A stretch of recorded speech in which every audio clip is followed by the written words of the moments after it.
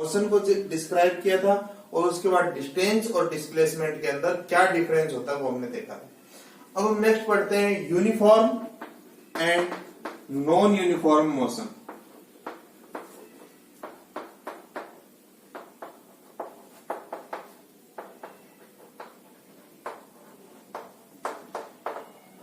तो देखिए नाम से पता चला यूनिफॉर्म मीन्स एक जैसे, जैसे आपकी स्कूल यूनिफॉर्म में मतलब सभी बच्चे एक जैसे लगे, उसी तरह से यूनिफॉर्म मोशन का मतलब जो एक जैसी हो, ना ऑब्जेक्ट को स्लो हो ना उसको स्पीड अप हो फास्ट हो।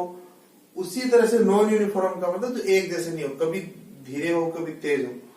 जनरली जो मोशन होती है, आप मान लीजिए सिंपल, अभी मैं डिफाइन करेंगे हम इसको, पर सिंपल तो सोचिए आप स्कूल से घर आते हो, बाईसाइकिल से आते हो, पैदल आते हो, तो कभी रोड खाली है तो आप बाईसाइकिल तेज चलाने लग जाते हो, कभी भीड़ होती है, ऐसी कोई जगह होती है रुकना भी पड़ता है बिल्कुल, कभी आप धीरे कर लेते हो बाईसाइकिल को। तो जनरली जो मोशन होती है वो नॉन यूनिफॉर्म मोशन ही होती है। और यूनिफॉर्म मोशन हम देख रहे हैं किसको कहते हैं, वैसे मैंने आपको बताया, मैं इसको फिजिक्स के अकॉर्डिंग टर्म्स में हम डिफाइन कर रहे हैं अभी। तो क्या है देखिए कि यदि हो, क्या बोलते हैं, किस तरह से हम इसको डिफाइन करते हैं, if an object travels equal distances in equal interval of time then motion is known as uniform motion. इसका मतलब क्या, इक्वल डिस्टेंस वो ट्रेवल करे इक्वल इंटरवल ऑफ टाइम में, कोई भी इंटरवल ले लीजिए, मान लीजिए 5 सेकंड में आप देख रहे हैं, तो पहले 5 सेकंड में चला उतने नेक्स्ट 5 सेकंड में चलेगा यदि यूनिफॉर्म मोशन है तो, उसके बाद नेक्स्ट 5 सेकंड में भी उतना ही चलेगा। मतलब आप उसकी मोशन के कोई भी 5 सेकंड ले लीजिए, जो ऑब्जेक्ट है वो सेम चलेगा, वो यूनिफॉर्म मोशन है। और नॉन यूनिफॉर्म क्या हो जाएगा, इसका उल्टा, if an object travels unequal distances in equal interval of time, यानी 5 सेकंड, 5 सेकंड समझाने के लिए कोई भी 6 सेकंड कोई भी इंटरवल आप लेकर देख लीजिए, यदि नॉन यूनिफॉर्म मोशन है तो पहले 5 सेकंड में कुछ चलेगा, बाद के 5 सेकंड में कुछ चलेगा, बीच के कोई 5 सेकंड उठाओगे तो कुछ अलग ही वैल्यू आपको मिलेगी। तो ऐसी मोशन क्या कहलाती है, नॉन यूनिफॉर्म मोशन। तो सिंपल से इसकी डेफिनेशन पूछते हैं तो आप लिख लीजिए, if an object travels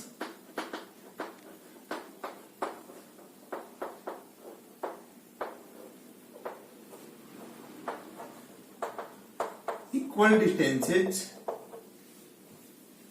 in equal interval of time, then motion is known as uniform motion। उसी तरह से किसकी डेफिनेशन लिख लेंगे, नॉन यूनिफॉर्म की। जनरली एग्जाम में इनकी डेफिनेशन पूछते हैं, if an object travels unequal distances in equal interval of time, then motion is known as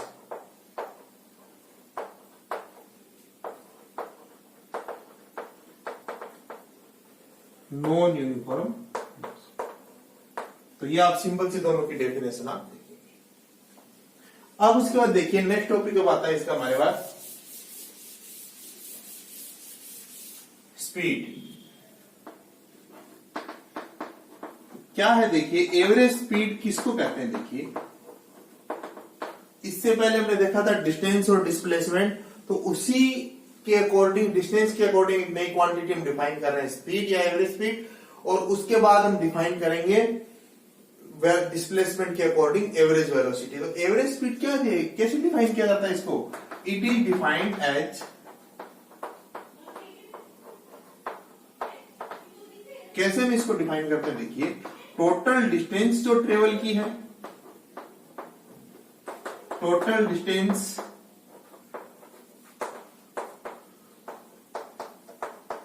travelled upon total time taken.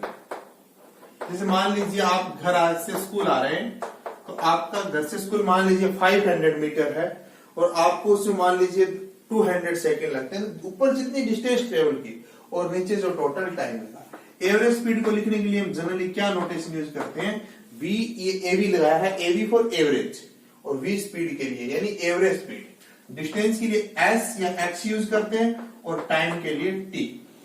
तो हमारे पास एवरेज स्पीड का जो फॉर्मूला है वो आ जाता है एस अपॉन टी। अब देखिए देखो इसकी यूनिट क्या, कोई भी क्वांटिटी हम डिफाइन करेंगे तो हम बताएंगे उसकी यूनिट, तो इट्स ऐसा यूनिट, ऐसा ही मैंने कल भी बताया था, इंटरनेशनल सिस्टम, इंटरनेशनल जो इसकी यूनिट है 3 या 4 तरह के मेजरिंग सिस्टम होते हैं, हम उनको अब तो जो मेजरिंग सिस्टम है वो SI ही काम में लिया जाता है जनरली, वो हम पढ़ेंगे उसी को हम यूज करेंगे। Its SI unit is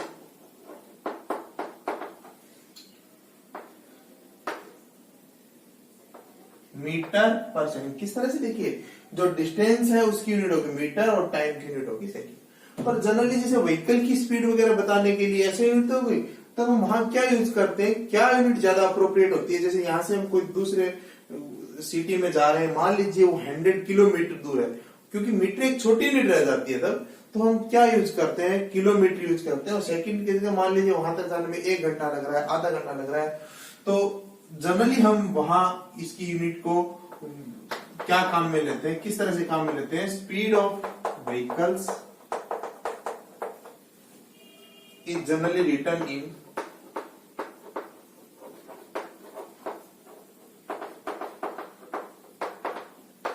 kilometre per hour. तो ये आपको इसके अंदर। अब देखिए देखो एक एनसीईआरटी का एक न्यूमेरिकल दे रखा है, तो हम सारे एग्जांपल और इंटेक्स्ट क्वेश्चन साथ साथ कर लिया करेंगे जिससे हमें दिक्कत नहीं हो। तो क्या है, देखिए एग्जांपल 8.1 जो हम कर रहे हैं अभी। एन ऑब्जेक्ट ट्रेवल्स, जो आपको गिवन है आप उसको लिख दिया कीजिए। क्या है, देखिए एन ऑब्जेक्ट ट्रेवल्स, क्या गिवन है हमें,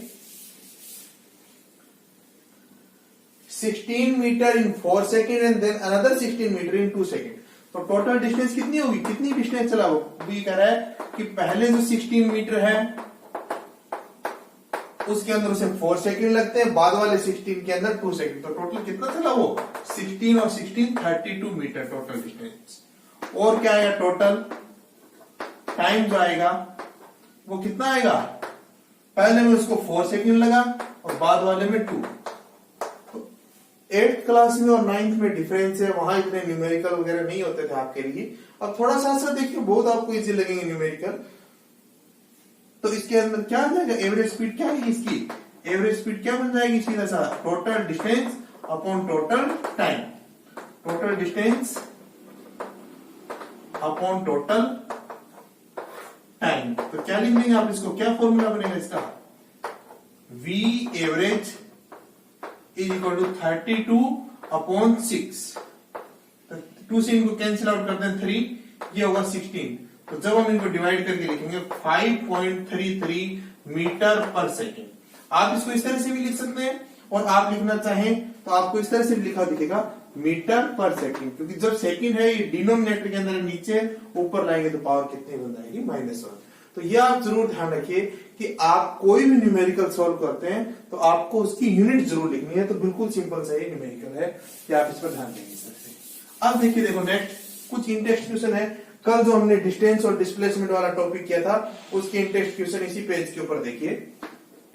तो ये साथ साथ हम करते रहेंगे तो टॉपिक भी आपको और ज्यादा क्लियर होते रहेंगे। क्या है, देखिए पहला, an object has moved through a distance. कल भी मैंने आपको फिर एक बार याद दिला दूं, डिस्टेंस होती है जो टोटल पाथ कोई भी ऑब्जेक्ट ट्रेवल करता है, और डिस्प्लेसमेंट होता है, कल वाले से थोड़ा एक बार फिर से समराइज करें, इस तरह से मैंने समझाया था, यहां से ऑब्जेक्ट चलता हुआ अलग अलग पाथ से होता है बी तक आता है, पूरा वीडियो आप देख सकते हैं वो। तो ये टोटल पाथ है वो डिस्टेंस है, और शॉर्टेस्ट पाथ है डायरेक्ट डिस्टेंस है वो डिस्प्लेसमेंट है। तो क्या कर रहे हैं, देखिए an object has moved through a distance, can it have zero displacement, हो सकता है। If yes spot your answer with an example. कल भी मैंने आपको एक एग्जांपल बताया था इसका, बहुत सारे एग्जांपल है कि यदि ऑब्जेक्ट क्या है, वापिस आप घर से स्कूल गए वापिस घर पर आ गए, तो डिस्टेंस तो ट्रेवल करेंगे आप, लेकिन डिस्प्लेसमेंट कितना होगा, जीरो होगा। ये एग्जांपल दे सकते हैं। कल जो मैंने दिया था, बॉल को थ्रो करने वाला दिया था, किसी बॉल को आप हाइट तक थ्रो कर रहे हैं ऊपर, मान लीजिए वो 10 मीटर जा रही है, तो 10 मीटर वो वापस आएगी, वापस आप उसको कैच कर लेते हैं, तो डिस्टेंस तो कितनी होगी 20 मीटर, 10 मीटर जाने में और 10 मीटर आने में, लेकिन डिस्प्लेसमेंट कितना होगा 0 होगा। तो ये क्या कर रहा है, देखिए क्या एग्जांपल आप दे देंगे इसके लिए, it may have 0 displacement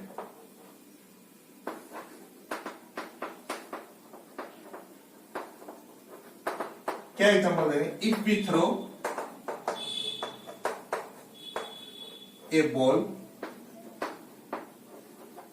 in upward direction,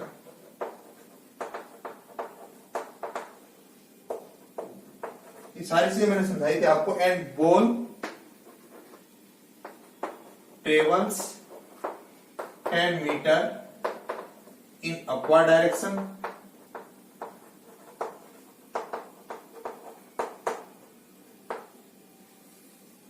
after that due to gravity, gravity के कारण क्या है ये वापिस, due to gravity it moves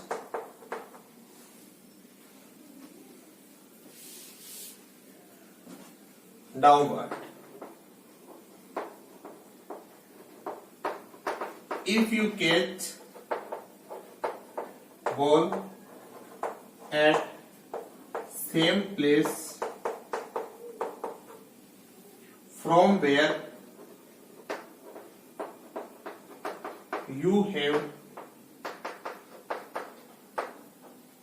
thrown it, then it will travel total 20 meter distance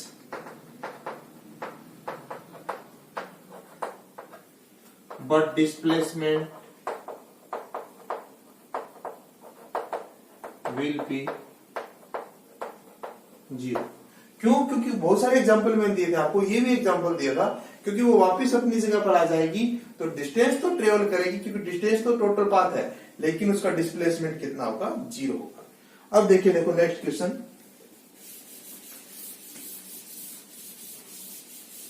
उसमें क्या है देखिए, ये कह रहा है a farmer moves along the boundary of a square field of side 10 metre, 10 metre का स्क्वायर है ये 10 मीटर, इसी तरह से ये 10 मीटर, सारी साइड से इसकी 10 मीटर है, कितने सेकंड के अंदर 40 सेकंड एक राउंड लगाने में लगता है। What will be the magnitude of displacement of the farmer at the end of 2 minutes 20 second. तो टाइम कितना दे रखा है 2 मिनट 20 सेकंड, टोटल इसके बाद कितने सेकंड हो जाएंगे, 2 मिनट में 120 और 20 सेकंड हो, कितने हो जाएंगे, यस है 5 नहीं है, 140 सेकंड का होता है।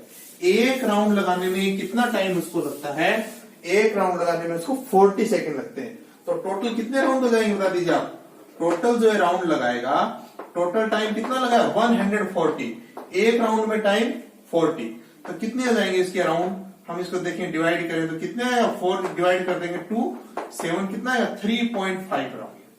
फिर से देख लीजिए क्या कर रहा है कि एक राउंड लगाने में 40 सेकंड रहते हैं। आप सिंपल सोच सकते हैं 80 सेकंड के बाद 2 राउंड कंप्लीट हो जाएंगे, 120 सेकंड के बाद 3 राउंड, और आगे के जो 20 सेकंड और बचेंगे उसमें हाफ राउंड, तो 3.5 राउंड ये कंप्लीट करेगा। यानी यहां से चल रहा है तो ये यहां तक पहुंचेगा। तो आपको क्या बताना है, डिस्टेंस और डिस्प्लेसमेंट आपको बताना है।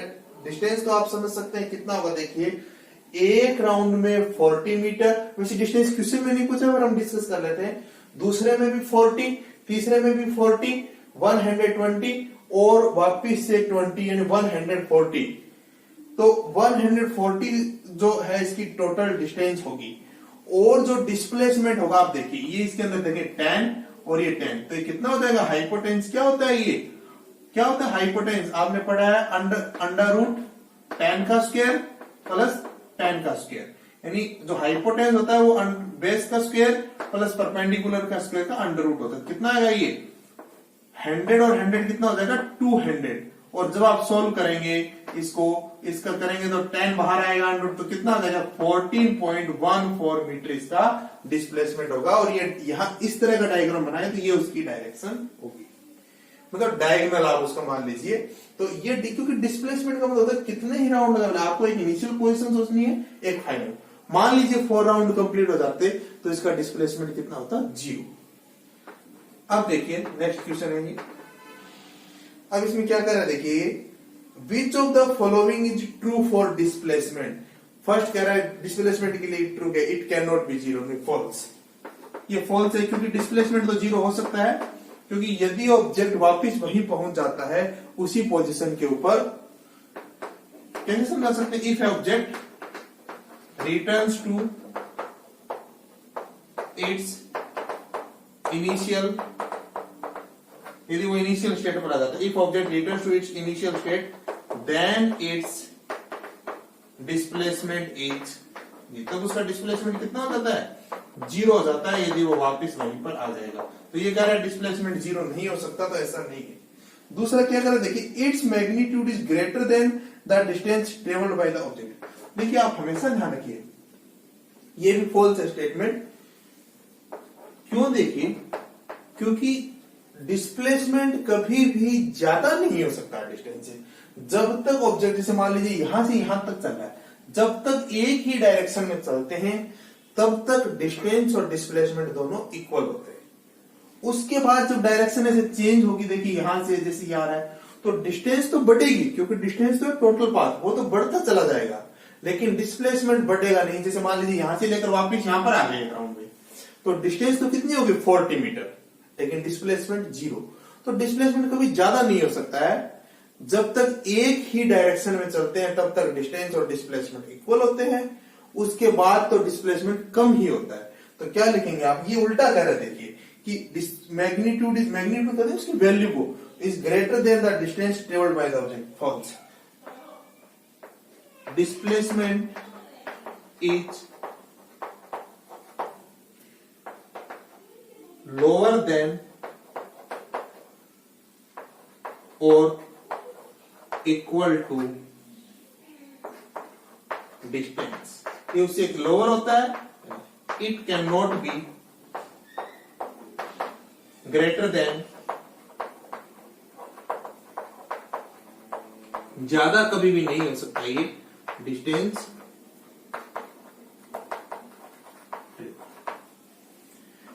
अब आप इन दोनों टॉपिक्स को कल पढ़ाया था और आज को इनको करिए अच्छे से। अब नए टॉपिक हम पढ़ेंगे, स्पीड के साथ जब डायरेक्शन उसके साथ मिला दें तो एवरेज वेलोसिटी, एक्सीलरेशन पढ़ेंगे उसके बाद, और रिलेटेड एग्जांपल्स और इंटेक्स्ट क्वेश्चंस हम करेंगे। तो आप देखते रहिए नए वीडियो के लिए, जल्दी आपको नए